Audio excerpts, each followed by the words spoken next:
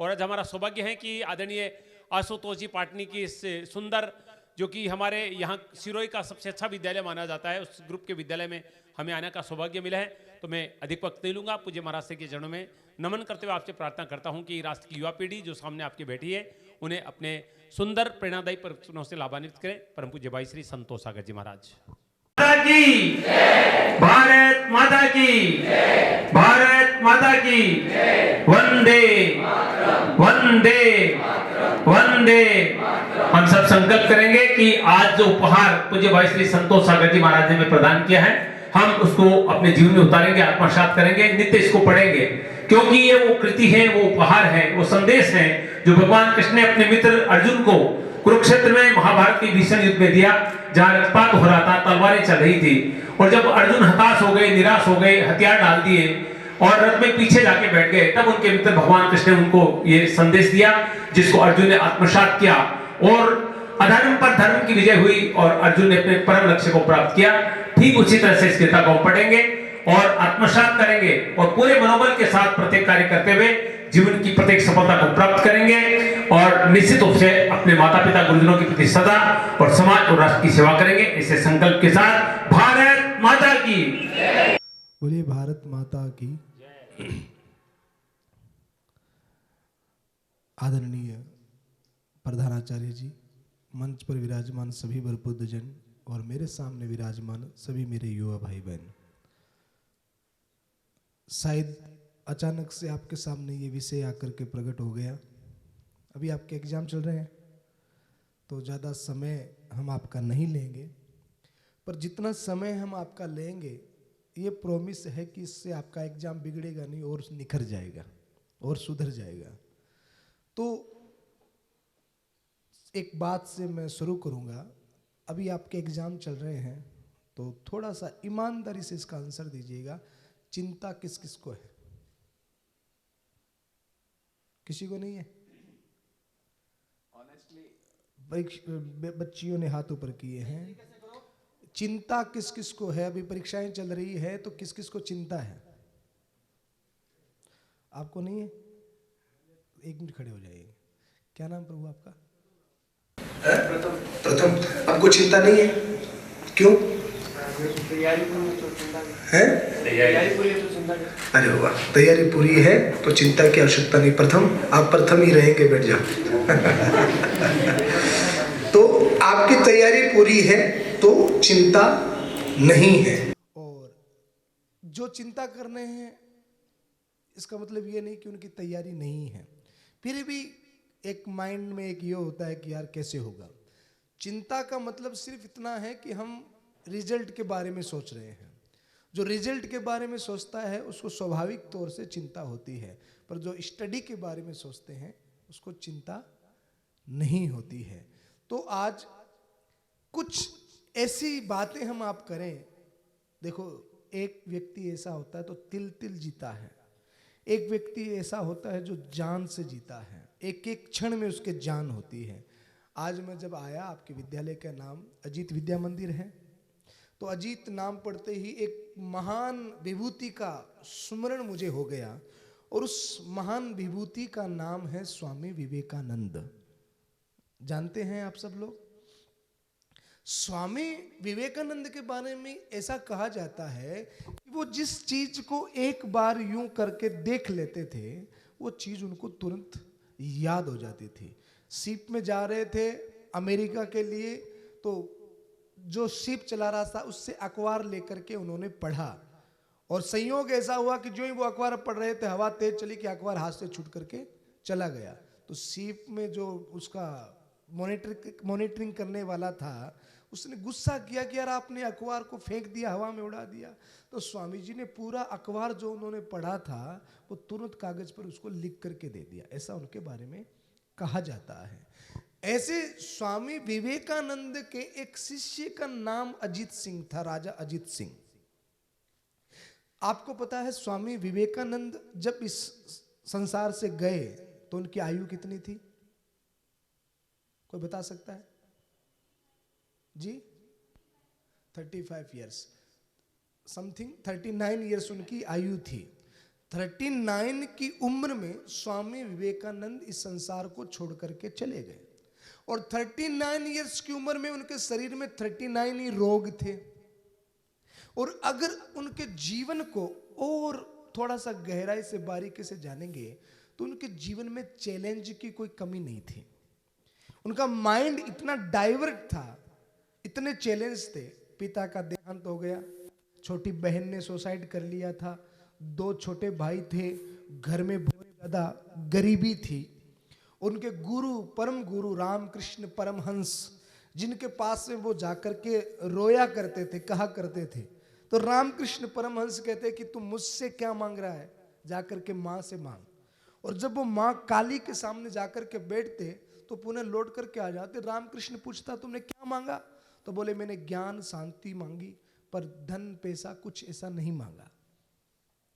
तो स्वामी विवेकानंद की इतनी एकाग्रता थी, और वो एकाग्रता, स्वामी विवेकानंद का इतना जिंदगी में इतने चैलेंज थे, इतने दुख, इतनी तकलीफें थी, फिर भी उनके जीवन में इतनी एकाग्रता थी कि उन्होंने 39 वर्ष की उम्र में इस संसार को एक नया आयाम दिया, भारत को विश्व गुरु की पदवी पर बिठाया, और आज पूरे भारत को स्वामी विवेकानंद के नाम से जाना जाता है। तो आज मैं आपके मतलब की बात करूंगा। आपके एग्जाम चल रहे हैं, परीक्षा चल रहे हैं, अगर 5 घंटे भी किताब लेकर के बैठे हैं, कुछ याद नहीं हो रहा है, और 15 मिनट किताब लेकर के बैठे और सब कुछ याद हो जाए, ऐसे कुछ चीज़ें मैं आपको बताना चाहूँगा। इस सारी चीज़ों के लिए एक मोस्ट इम्पोर्टेंट चीज़ होती है एकाग्रता। एकाग्रता मीन्स है फोकस। अब मैं आपसे पूछूं कि ये कहाँ से आता है, कोई बता सकता है एकाग्रता कहाँ से आती है? एकाग्रता कैसे आती है, पता है आपको? एकाग्रता कहां से आएगी, कैसे मिलेगी? ऐसा हमारा माइंड का सेटअप इतना पावरफुल हो जाए कि जिस चीज को हम एक बार यूं करके देख लें 10 मिनट, तो वो है कि जैसे हमारे दिमाग में छप जाए, हमको याद हो जाए। ऐसी एकाग्रता हमको कहां से प्राप्त होती है? इसका एक सूत्र भगवत गीता में दिया हुआ है कि आप जो पढ़ें वो आपको तुरंत याद हो जाए, आप जो देखें वो आपको तुरंत याद हो जाए।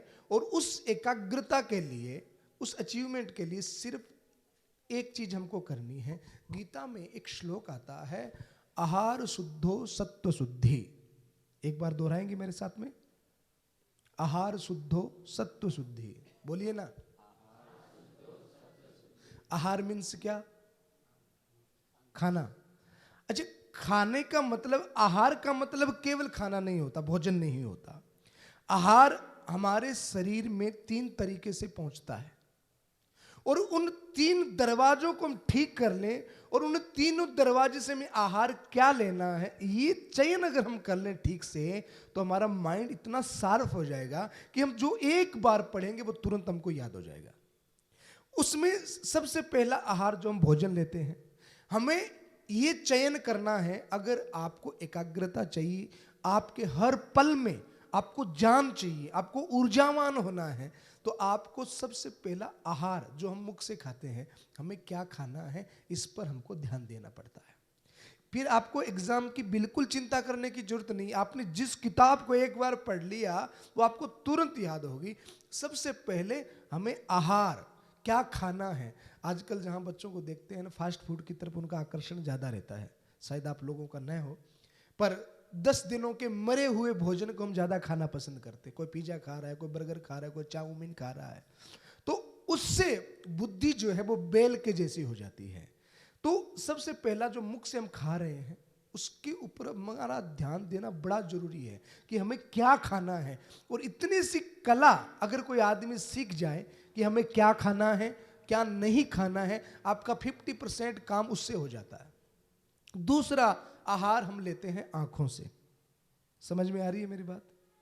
हम क्या देख रहे हैं, मोबाइल के माध्यम से, टेलीविजन के माध्यम से हमारे आसपास भी अच्छी बुरी सारी प्रकार की चीज़ें घटित होती है। हम क्या देखना पसंद करते हैं, हमारी चॉइस क्या है, हम क्या ले रहे हैं? हम अपने हाथ में मोबाइल, आपके हाथ में 2 घंटे आपके पास में मोबाइल है, तो उस 2 घंटे में आप मोबाइल पर क्या देख रहे हैं, ये आपका भविष्य तय करता है। शायद ये छोटी छोटी बातें हैं, पर ये आपके जीवन में बड़ा परिवर्तन लाती है। 2 घंटे आपको मोबाइल मिला और उस समय आप क्या देख रहे हैं? ये आहार आंखों के द्वारा आपके चित्त में जा रहा है। और तीसरी आहार जाता है कान के द्वारा। आप क्या सुन रहे हैं? आप जैसा सुनते हैं लगभग 101% आप वैसे हो जाते हैं। इसलिए इन 3 आहार पर आप कंट्रोल करना सीखिए, इनको ठीक करना सीखिए। आप अच्छा खाएं, आप अच्छा देखें और आप अच्छा सुने। अगर ये 3 हैबिट आपकी अच्छी हो गई, ये 3 हैबिट आपकी सुंदर हो गई, तो ये जो लैपटॉप जो भगवान ने दिया है ना आपको, ये लैपटॉप बहुत पावरफुल हो जाएगा। इसमें इतनी चीज़ें सेविंग होने लग जाएंगी, अच्छी अच्छी चीज़ें सेविंग हो जाएगी, वरना ये हैंग होने लग जाएगा। इन 3 चीज़ों के ऊपर आपको फोकस करना चाहिए। अब एक सवाल और मैं आपसे करूँगा, ज़्यादा समय मुझे नहीं लेना है, आपका एग्ज़ाम चल रहा है, पर एक सवाल मेरा आपसे और है, मैं आपसे पूछूंगा, क्योंकि मुझे जितने बच्चे दिख रहे हैं, फेस रीडिंग में कर रहा हूँ, सारे बुद्धिमान बच्चे हैं। क्या जमीन में से तेल निकलता है? यस या नो? जमीन में से तेल निकलता है? थोड़ा इसको हिला लो यार, अकड़ जाएगी वरना। जमीन में से तेल निकलता है क्या? है? आवाज नहीं आई मेरे को, जब आगे नहीं बढ़ पाऊंगा मैं। जमीन में से तेल निकलता है क्या? निकलता है। अच्छा, जमीन में से घी निकलता है? डायरेक्टली इनडायरेक्टली कैसे भी। अच्छा, घी कहां से निकलता है? दूध में से। दूध कहां से आता है? गाय से। गाय से दूध कैसे आता है? घास खाती है तभी तो आता है ना। घास कहां से आती है? तो घी कहां से निकला? जमीन से निकला। जैसे जमीन उपजाऊ होती है, हर प्रकार के वस्तु, खनिज पदार्थ, धन धान्य सब जमीन से निकलता है, उसी प्रकार जितने बच्चे यहाँ पर बैठे हैं, आप एक बात को अपने डायरी में नोट कर लेना। जिस प्रकार भगवान ने 1 नाक, 2 कान, 2 आँखें सबको बराबर दी है ना, वैसे ही भगवान ने माइंड भी हमको बराबर में ही दिया है। ये माइंड भी हमारा कमती ज़्यादा नहीं है कि इसके पास ज़्यादा है, हमारे पास 19-21 का फर्क हो सकता है, पर ये माइंड भी सबको एक जितना ही भगवान ने दिया है। बस फर्क इतना होता है, कोई यूज करता है और कोई नया का नया ले जा करके भगवान को दे देता है कि लो प्रभु, आपने हमको दिमाग दिया था और हमने यूज ही नहीं किया। दिया तो था पर हमने यूज नहीं किया। एक पिता अपने छोरे को चांटा लगा रहा था, तो हमने पूछा कि क्यों मार रहे हो इसको? तो पिताजी ने कहा कि इसका कल रिजल्ट आने वाला है। तो मैंने कहा रिजल्ट कल आने वाला है, आज ही क्यों मार रहे हो? बोले कल मैं बाहर गांव जा रहा हूँ और मुझको पता है इसका रिजल्ट कैसे आएगा। तो जो दिमाग को यूज नहीं करते ना, उनको खुद को ये पता है कि आगे जाकर के हमारा क्या होना है। तो इस दुनिया में 85% लोग इस शरीर के नीचे के हिस्से से काम करते हैं, मेहनत करते हैं, मजदूरी करते हैं, और एक रेस जिसमें हम सब दौड़ रहे हैं। घर हो जाए, नौकरी हो जाए, ब्याह हो जाए, बच्चे हो जाए, फिर आराम से बैठ जाऊं। उस रेस से बाहर निकल करके जो सोचते हैं, वो उस दुनिया में 15% लोग हैं। आज जिस सब्जेक्ट को मैं लेकर के आया हूं, वो सब्जेक्ट हालांकि बहुत बड़ा था, कम से कम मुझे आपका 1 घंटे चाहिए था, पर गुरुजी ने मुझे पहले ही कह दिया कि महाराज एग्जाम चल रहे हैं तो ज़्यादा समय नहीं लेना है, और फिर मेरा माइंड वैसे ही सेट हो जाता है। क्योंकि जो बातें आज हम आप कर रहे हैं, वो बातें सिर्फ और सिर्फ आपको एक उच्चतम शिखर देने के लिए है। आप स्कूल में भी आ रहे हैं तो एक उच्च शिखर को प्राप्त करने के लिए ही आ रहे हैं। तो ये 15% लोगों की जो सूची है, इस सूची में सम्मिलित होने के लिए जो आयाम हमको चाहिए, उस आयाम की बात हम आप आज करने के लिए यहाँ पर उपस्थित हुए हैं। पर अल्प समय के कारण मैं आप लोगों से सिर्फ एक बात कहना चाहूँगा। इसी भारत में 85% युवा ऐसे हैं जो 15-20 हजार की नौकरी के लिए मारे मारे फिरते हैं। ज्ञात है आपको ये बात? इसी भारत में 15-20 हजार रुपए की नौकरी के लिए मारे मारे फिरते हैं। और इसी भारत में 15% 20% युवा ऐसे भी हैं जिनके पीछे विदेशी यूरोपियन कंपनियां पीछे पीछे फिरती है कि आप मन चाहे पैकेज ले लो, करोड़, 2 करोड़, 5 करोड़, 100 करोड़, पर आप हमारे पास में आ जाओ। ये चीज कैसे घटित होती है? आप उन 15% की लोगों की सूची में सम्मिलित कैसे हो सकते हैं? धन कमाना, बड़ा घर बनाना, ये कोई बड़ी उपलब्धि नहीं है। आप इस राष्ट्र को, इस समाज को क्या दे सकते हैं? ये एक बहुत बड़ी उपलब्धि होती है। और उस उपलब्धि को प्राप्त करने के लिए एक ज्ञान की आवश्यकता होती है, जिस ज्ञान को हम कहते हैं आत्मज्ञान।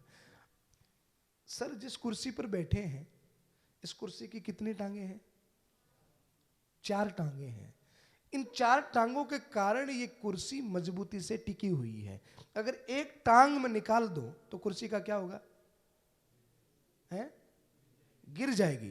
तो इस कुर्सी को मजबूती के रखने के लिए 4 टांगों की आवश्यकता है। आप अपनी लाइफ में कभी गिरे ना, उसके लिए आपको भी इन 4 स्तंभ की आवश्यकता है। मैं आपसे एक प्रश्न करता हूं। मैंने IIT के बच्चों से, IIM के बच्चों से भी पूछा, मैंने मेडिकल कॉलेज में भी पूछा, मैं आपसे भी पूछना चाहूंगा। अगर फटाफट इसका क्विकली जवाब देना, आपका माइंड कितना शार्प है, इस क्वेश्चन से शायद ये भी पता पड़ जाएगा। मेरा प्रश्न ये है कि अगर 10 लाख रुपए का चेक भरना हो तो कितना जीरो लगेगा? है? 5 जीरो लगेगा। कितना लगेगा? 5 वाले हाथ ऊपर करें फटाफट। कितना लगेगा? चलो तुरंत बताओ, कितना लगेगा? कंफर्म हो गया? कितना जीरो लगेगा? 6 जीरो लगेगा। अब इन 6 में से अगर एक जीरो को हटा दिया जाए तो क्या चेक की वैल्यू रहेगी? कम हो जाएगी। वैल्यू तो रहेगी ना। कितनी? एक जीरो और हटाओ, एक और हटा दो, एक और हटाओ, एक और हटाओ, एक और हटाओ, एक। अब चेक की वैल्यू है ना? कितनी? एक की। अच्छा, जीरो को एज इट इज रखो और एक को हटा दो, कोई वैल्यू नहीं है। हम जितनी डिग्रियां लेंगे, नर्सरी से लेकर कोई LLB, MBA, IIT, IIM, कितनी MBBS की डिग्रियां लेते जाएंगे, उन डिग्रियों से हमारी वैल्यू बढ़ती जाएगी। जितनी डिग्रियां लेंगे उतनी वैल्यू बढ़ती जाएगी। पर आधार क्या है? डिग्रियां उन जीरो के भांति हैं। चेक में जीरे जितने बढ़ाते जाओगे, चेक की वैल्यू उतनी बढ़ती जाएगी। हमारी डिग्रियां जितनी आती जाएगी, हमारी वैल्यू उतनी बढ़ती जाएगी। बस जैसे चेक का आधार जीरो नहीं है, एक है, वैसे ही हमारी लाइफ का आधार धन और डिग्रियां नहीं है, उसके आगे जो एक है वो है। मैं आपसे जानना चाहूंगा वो एक हमारे लाइफ में क्या है जिससे हमारी वैल्यू है? किसने कहा? संस्कार। Very nice. संस्कार। दूसरा कोई बताएगा? हमारी वैल्यू है वो चीज क्या है जिससे हमारी वैल्यू है?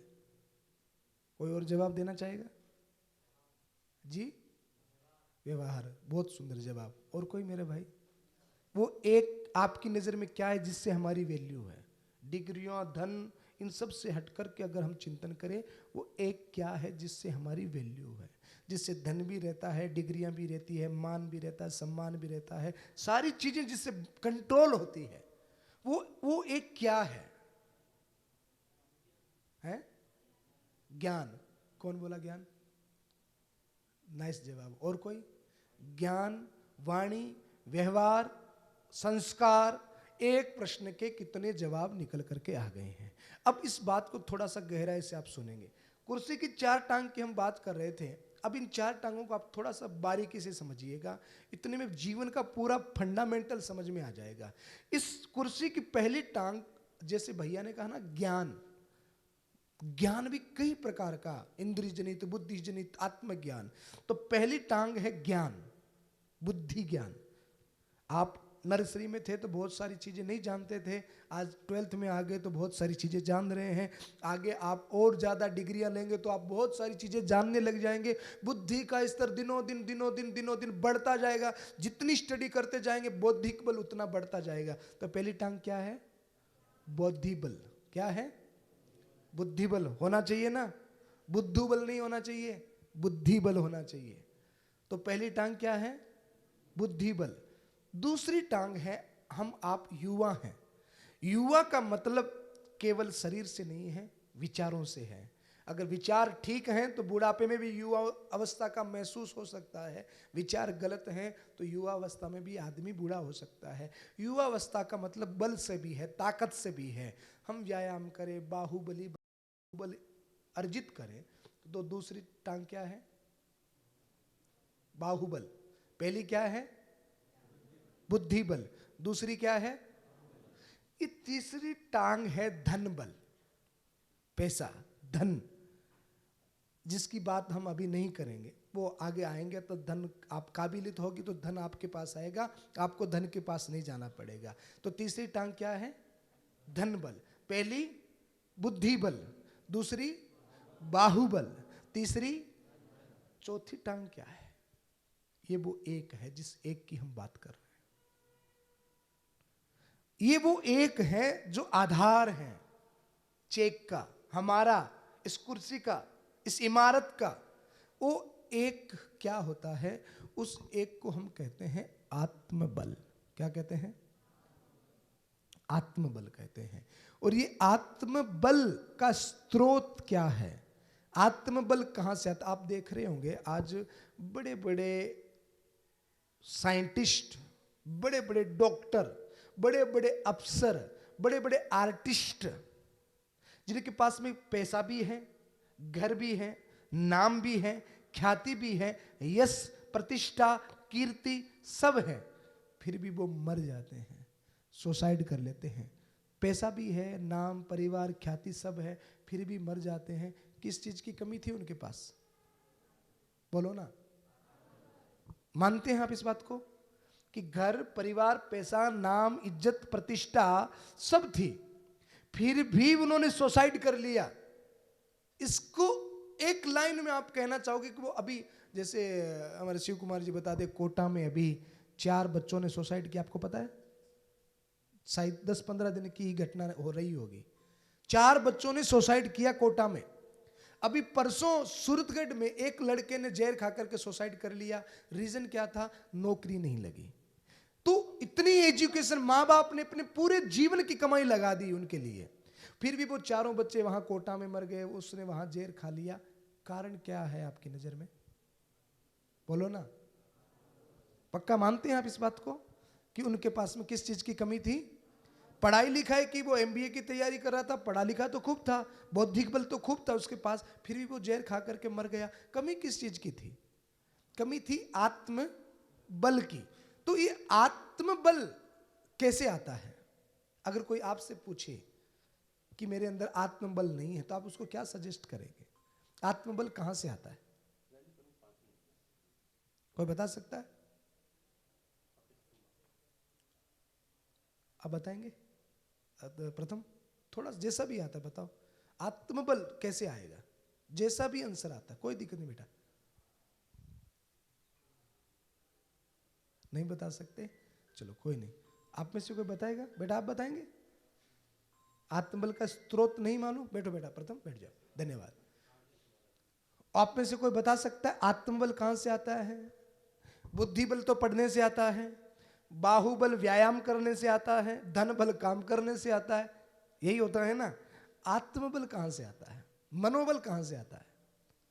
अगर मैं आपसे मेरी प्रॉब्लम लेकर के आपके पास आऊं कि यार मेरा मन बड़ा डगमगा रहा है, मन से मैं बड़ा कमजोर, मुझे भय लग रहा है, मेरा आत्मबल बड़ा कमजोर है, मैं आप मेरी प्रॉब्लम लेकर के आपके पास आ जाऊं, तो आप मुझे क्या सजेस्ट करेंगे? मुझे क्या करना चाहिए अपने आत्मबल को बढ़ाने के लिए?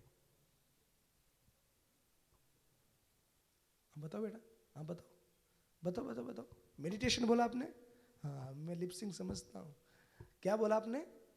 मेडिटेशन। एक बहुत सुंदर जवाब आया, मेडिटेशन। और कोई बता सकता है आत्मबल बढ़ाने का स्रोत क्या है? जैसे गुड़िया ने बताया ना, मेडिटेशन। आप में से कोई बता सकता है? आप बोलने में बड़े कंजूस हो यार। आत्मबल का स्रोत, जैसे गुड़िया ने बताया, मेडिटेशन। बिल्कुल, व्यायाम से भी आत्मबल आता है, अच्छे लोगों के साथ में बैठने से, पॉजिटिव बात करने से भी आत्मबल आता है, अच्छी किताबों को पढ़ने से भी आत्मबल आता है, सुबह सुबह घूमने से भी आत्मबल आता है, भगवान के आगे बैठ करके प्रार्थना करने से भी आत्मबल आता है। और आत्मबल का सबसे बड़ा स्रोत आज मैं आपको बताऊं, अगर आप वास्तविकता में अपने जीवन को लेकर के गंभीर हैं और आप अपने बुद्धिबल, धन बल और बाहुबल के साथ अपने आत्मबल को बिल्ड करना चाहते हैं, तो इसलिए मैं आपको एक चीज बताना चाहता हूं। जिस प्रकार 10, 20, 50 हजार रुपए का मोबाइल लाते हैं, तो उसमें एक गाइड, यूजर बुक, मैनुअल उसके साथ में आती है। उस मैनुअल में ये बताया जाता है कि मोबाइल का यूज कैसे करना है, इसको अपग्रेड कैसे करना है, इसमें कोई एरर आ जाए तो उस एरर को क्लीन कैसे करना है, यही होता है ना मैनुअल में। वैसे ही जैसे pressure cooker, refrigerator, washing machine, इन सब के साथ में एक मैनुअल आता है, यस या नो? आता है ना। वैसे ही भगवान ने भी जब हमको बनाया तो हमारे लिए भी भगवान ने एक मैनुअल दिया कि अगर तुम्हारा आत्मविश्वास डगमगा जाए, अगर तुम ऐसी परिस्थिति में आ जाओ कि क्या करना है, क्या नहीं करना है, बुद्धिबल के साथ आत्मबल को बिल्ड करना है, तो एक मैनुअल भगवान ने हमको दिया और उस मैनुअल का नाम है भगवत गीता। क्या नाम है? आत्मबल का सबसे बड़ा स्रोत है ये, सबसे बड़ा। अर्जुन को भगवान ने दिया, एक मित्र ने मित्र को दिया। आजकल आदमी टेंशन में होता है तो क्या करता है पता है? थोड़ा बहुत दिमाग अपसेंट होता है तो हम क्या करते हैं? प्रथम क्या करते हो? कभी ऐसा हो जाए कि दिमाग थोड़ा सा अपसेंट है, मायूसी है, तो क्या करते हो? गाने सुनते हो ईयरफोन लगा के? ऐसा ही करते हैं आजकल के बच्चे लगभग। तो क्या करते हैं? आज ब्लू है पानी पानी उससे ज्यादा टेंशन हो जाती है। तो अर्जुन को जब टेंशन हुई तो श्री कृष्ण ने भी उनको एक गीत सुनाया। फ्रेंड था ना, बेस्ट मित्र थे। बोले आज मैं तुझे एक गाना सुनाता हूं। इसलिए गीता को कहा गीता गीत है, ये भगवान के द्वारा गाया गया गीत है। और ऐसा गीत है कि आज भी जब ये गीत किसी के हृदय में बजता है तो हृदय में आनंद की लहरें उठने लगती है। तो ये गीता किस किस के घर में है? सबके घर में है। अच्छा, इसके बारे में कोई जानता है? गीता के बारे आप जानते हैं भैया? जानते हैं आप? श्लोक आते हैं गीता के? अच्छा, एक सुना दो यार। यहाँ आ जाओ ना प्लीज आ जाओ आ जाओ, संकोच मत। और एक ही बहुत, माइक दो ना भैया को। अच्छा ऊपर आ जाओ बेटा। क्या नाम है आपका? एक ही आता है? इसका मीनिंग भी आता है? मीनिंग भी आता है इसका? सबको सुना। यथा यथा भी धर्मस्य ग्लानिर्भवतु भारत अभ्युत्थानम धर्मस्य सुजातनाम कर्मस्य। इसका अर्थ यह है कि जब भी धर्म की हानि होगी तो श्री कृष्ण इस धरती पे आके उसका अधर्म का विनाश जरूर करेंगे। थोड़ा लास्ट में, यदा यदा ही धर्मस्य ग्लानिर्भवति भारत अभ्युत्थानम अधर्मस्य तदात्मानं सृजाम्यहम्। तो ये गीता का श्लोक एक भैया ने सुनाया जो आप रिंगटोन्स में और नाटकों में, धारावाहिकों में देखते हैं। इस श्लोक का मीनिंग सिर्फ इतना सा है कि जब जब अधर्म बढ़ता है तो भगवान कहते हैं कि मैं आकर के धर्म की स्थापना करता हूँ। मैं आने का मतलब है भगवान किसी भी रूप में आते हैं। कभी वो विवेकानंद के रूप में आते हैं, कभी वो भगत सिंह के रूप में आते हैं, कभी वो महाराणा प्रताप और सुभाष चंद्र के रूप में आते हैं। और समय समय पर भगवान आकर के धर्म की स्थापना करते हैं। और आप जितने बच्चे बैठे हैं, आप में से कोई भगत सिंह, महाराणा प्रताप, कोई सुभाष चंद्र बोस और विवेकानंद हो सकता है। आप में ही सारी संभावनाएं छुपी हुई है। तो ऐसे ऐसे, जैसे मैंने एक उदाहरण दिया आहार का, आहार शुद्धो सत्व शुद्धि, वो मैंने कहाँ से लिया? भगवत गीता में से लिया। जितने भी मोटिवेशनल स्पीकर आप सुनते हो, वो जहां से भी जो भी स्पीच ला करके बोल रहे हैं, किस में से बोल रहे हैं? भगवत गीता में से ही बोल रहे हैं। दुनिया की 128 देशों की टॉप यूनिवर्सिटीज में चाइनीज, इटालियन, फ्रांसीसी, उर्दू, संस्कृत, हिंदी, अंग्रेजी, हर एक भाषा में पढ़ाई जाने वाली एकमात्र पुस्तक है जिसका नाम है भगवत गीता। भारत की जितनी टॉप पर्सनैलिटी हैं उनकी बायोग्राफी पढ़ेंगे तो उनके जीवन में भी एक चीज कॉमन मिलेगी, वो है भगवत गीता। ये वो मैनुअल है जो हमारे आत्मविश्वास को बढ़ाती है, हमको आत्मबल प्रदान करती है। एक दिन में 24 घंटे होते हैं हमारे पास, पढ़ाई करते हैं, खेलते हैं, कूदते हैं, खाना खाते हैं, टेलीविजन देखते हैं, मोबाइल देखते हैं। क्या रोज हम 15-20 मिनट अपनी आत्मा के लिए नहीं दे सकते? अपने मनोबल के लिए नहीं दे सकते? अपने आत्मबल के लिए नहीं दे सकते?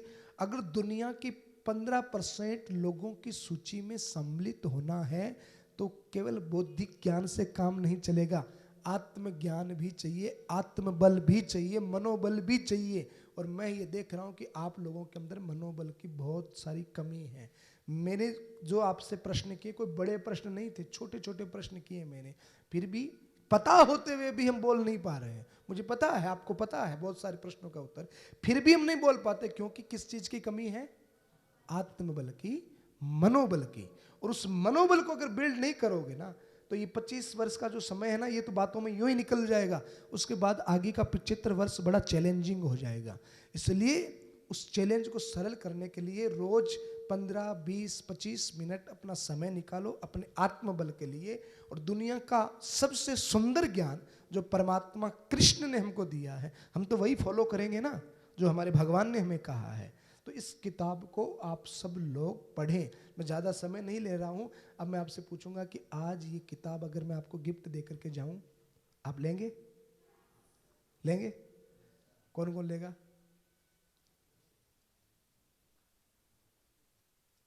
प्रथमेश, देखा देखी में हाथ ऊपर हो रहा है। प्रथम लेंगे? क्या करेंगे? हैं? पक्का?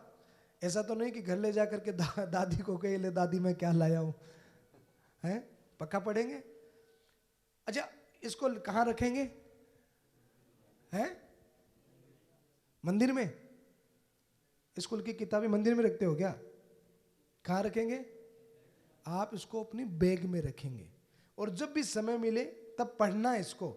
ये नहीं कि कल, अभी तो छुट्टियां चल रही है, कल स्कूल में आओ टीचर पूछे कि प्रथम होमवर्क किया, बोले मैम मैं तो गीता पढ़ रहा था। ऐसा भी नहीं होना चाहिए। अपना स्कूल का अपनी स्टडी अपना काम करिए।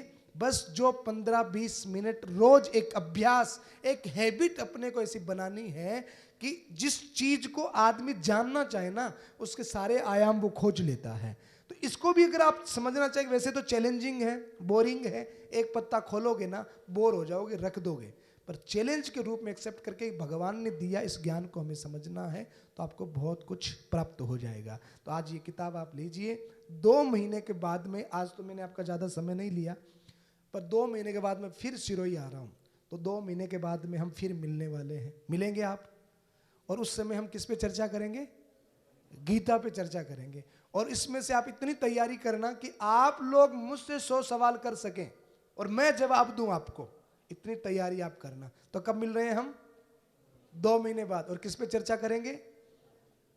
आज हमारी 9 महीने से ये यात्रा चल रही है। लाखों बच्चों गीता से लाभान्वित हुए और हमारा एक उद्देश्य था कि गीता राजस्थान में पाठ्यक्रम में लागू हो। और हमने केंद्र सरकार को इसके लिए सैकड़ों पत्र लिख दिए। और अभी कैसी कृपा हुई है भगवान की, कृष्ण की, आपको अगर पता हो नहीं हो, हमारी यात्रा पूरी भी नहीं हुई और उससे पहले ही एनसीईआरटी ने गीता को पाठ्यक्रम में लागू कर दिया। ये हम सब के लिए गौरवान्वित होने की बात है। और 2023 में जो नया पाठ्यक्रम आ रहा है, उस 2023 के नए पाठ्यक्रम में 6ठी क्लास से लेकर 12th क्लास तक संस्कृत की किताब में कौन सम्मिलित हो रही है? भगवत गीता सम्मिलित हो रही है। तो हम सब की ड्यूटी है, केवल मेरी ड्यूटी नहीं है, आप जितने बच्चे यहाँ पर बैठे हैं हम सब की ड्यूटी है कि हम गीता का, धर्म का प्रचार करें, गीता पढ़ें और गीता सबको पढ़ाएं। तो हम वापिस कब मिल रहे हैं? किस पे चर्चा करेंगे? पक्का? प्रॉमिस? और बहुत सारे बच्चे नहीं भी आए होंगे तो आप उनको भी इस बारे में बताएंगे और इस चीज के लिए प्रेरित करेंगे। जय हिंद, जय भारत, नमस्कार। मैं पूज्य महाराज माता की, भारत माता की, भारत माता की, वंदे वंदे वंदे।